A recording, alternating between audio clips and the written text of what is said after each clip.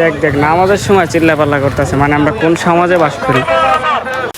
আসসালামু আলাইকুম এভরিওয়ান, কি অবস্থা সবার? আশা করি সবাই অনেক অনেক ভালো আছেন। তো আজকে আমি চলে যাচ্ছি চরভদ্রেশন কলেজ মাঠে খেলা দেখতে। আর সেখানে এমন একটা ঘটনা ঘটেছে যেটার জন্য আমি মোটেও প্রস্তুত ছিলাম না। তো আপনারা ভিডিওটা শেষ পর্যন্ত দেখলেই সবকিছু বুঝতে পারবেন। তো হাঁটতে হাঁটতে চলে আসলাম আমাদের তালতলা বাজারে, আর এখান থেকে অটো নিয়ে চলে যাচ্ছি আমরা খেলা দেখার উদ্দেশ্যে। তো অটোর মধ্যে আমরা ভাই বেড়াদার মিলে খুবই মজা করতেছিলাম, আর চারদিকের ভিউটা ছিল খুবই অসাধারণ। তো প্রাকৃতিক ভিউ দেখতে দেখতে চলে আসছি আমরা চরভদ্রেশন বাজারে। আর অটো থেকে নেমে আমরা হাঁটতে শুরু করলাম কলেজ মাঠের উদ্দেশ্যে। আর কিছুক্ষণ হাঁটার পরে দেখা হলো এক ভাই বেড়াদারের সাথে। আমি বললাম কেমন আছো, ওই বললো ভালো। তো আমার সন্ধ্যার আগে বাড়ি ফিরতে হবে, এই জন্য আমি তাকে তেমন একটা সময় দিতে পারলাম না। তো অনেকটা হাঁটার পরে ফাইনালি চলে আসছি আমরা কলেজ মাঠে। আর আমি এখানে দাঁড়াবো না, কারণ এখানে দাঁড়ানোর মতো কোনো পরিস্থিতি নাই, তাই আমি একটু সামনে গিয়ে দাঁড়াবো। কিন্তু হাঁটতে হাঁটতে আমি অনেকটা হেঁটে ফেলছি, কিন্তু দাঁড়ানোর মতো কোনো পরিস্থিতি পাইতেছি না, কারণ এখানে ছিল হাজার হাজার মানুষ। তো অবশেষে আমি একটু দাঁড়ানোর জায়গা পেয়েছি, দেখি এখান থেকে দাঁড়িয়ে খেলাটা উপভোগ করা যায় কিনা। তো এখান থেকে দাঁড়িয়ে আমি খেলাটা ভালোই দেখতেছিলাম, কিন্তু এখানে এরকম একটা ঘটনা ঘটছে ভাই, যেটা আমি দেখার জন্য মোটেও প্রস্তুত ছিলাম না।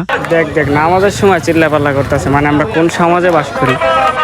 তো বিষয়টা হলো কি, এখানে খেলা চলতেছে আর ওই সাইডে মসজিদে নামাজ পড়তেছে, মানে তারা 10 মিনিটের জন্য তারা খেলাটা অফ করতে পারলো না।